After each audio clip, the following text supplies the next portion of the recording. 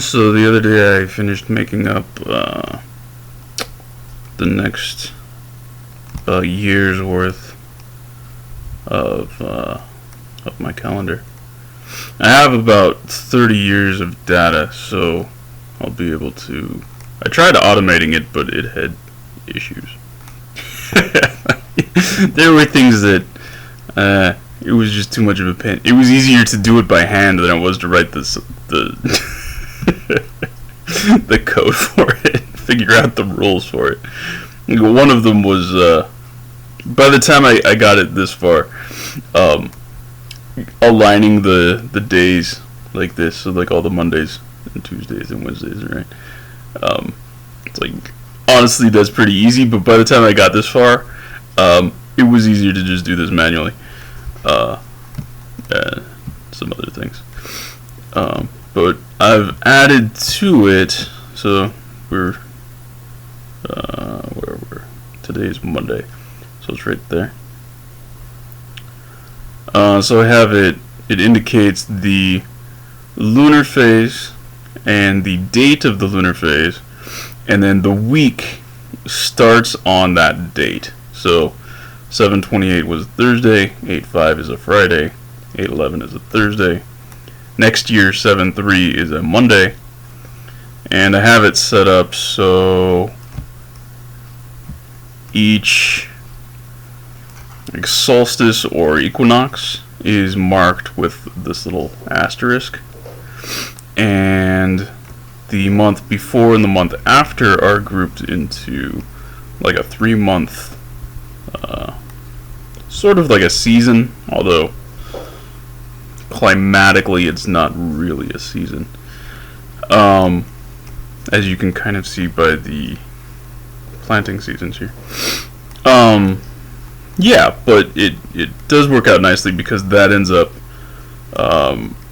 positioning the intercalary months, because these are lunar months. So some years you get 13, some years you get 12. So there's intercalary months.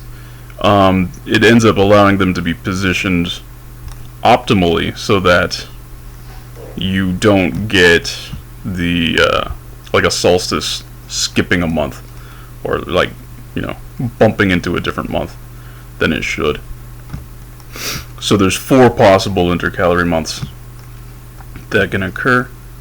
This next year there's going to be one in April and May. And then here I have indicated, this is how I first did it, when to plant and harvest various crops.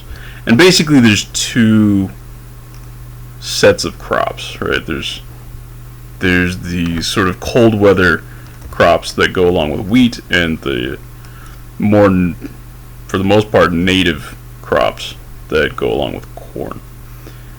Right, so like the wheat group is mostly European things like cilantro, lettuce, onions, radish, garlic, pea, and spinach. I may or may not actually plant all of those, or I may plant some other things more than that. But that's basically it. And it does break up a little bit, so there's 2, for each group, there's actually 2 planting seasons that are slightly different. So here you get like a fall planting season for wheat, and then a winter planting season for wheat. And you kind of miss this little window in here. And then there's a relatively continuous, depending on when you plant, there's a relatively continuous harvest season for those groups. And then that overlaps a little bit with the corn planting season, which there's 2 quite distinct corn planting seasons. So you end up with really only a very short period here, just a couple months, where you're not planting anything. And if it weren't for the intercalary month, it would only be 2 months. So probably realistically this maybe should only be like 1.5 months or something, or 2.5 months or something like that. Maybe like this might actually extend a little bit. Viable planting might actually extend a little bit into Harshan back Marshad next year, which it probably should by the looks of it, because we've got usually the rains start right around July 2nd to July 4th, so probably right in here in this 3rd week or 4th week of Harshan back Marshad, you can start planting the corn group. And there's not much variety here, and mostly these are either native or introduced African plants. So amaranth, bean, cucumber, eggplant, sorghum, sunflower, tomato, tomatillo, and melons or watermelon. Most of those are native. Devil's claw is native. Squash, gourd, chili, cotton, and tobacco, those are all native. I've never actually grown tobacco, but it was interesting to me that it paired with all of these, so I just threw it in there, and I might one day, who knows. Yeah, but that's kind of the gist of it.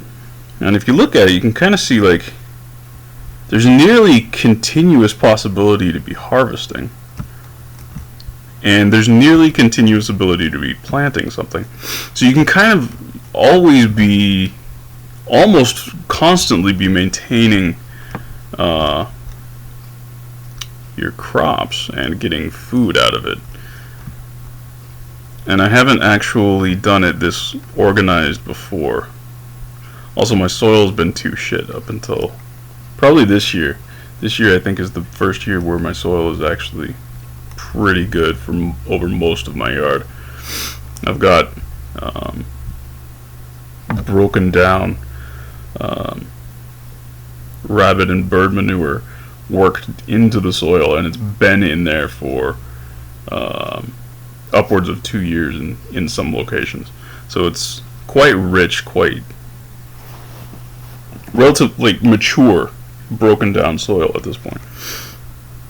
So I can actually, grow good stuff. Like, I have some good cotton going.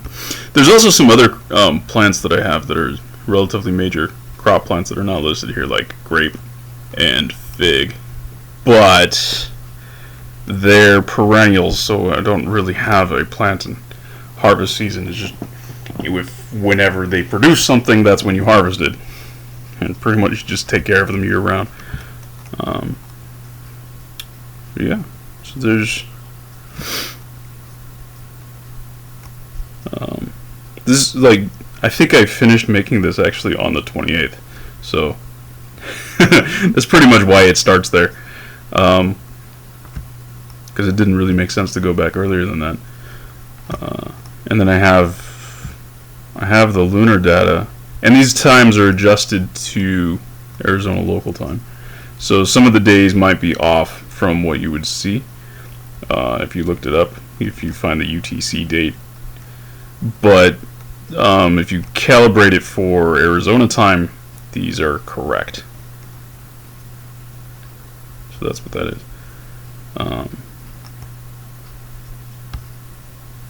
Yeah, I think there was something else I was going to say, but whatever. Oh well, I don't remember.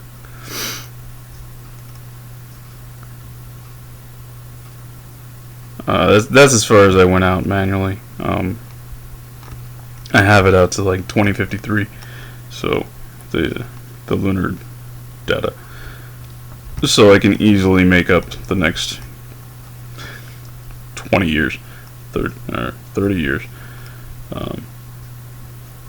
when I get around to it. See how well this works. Hopefully it works pretty nicely.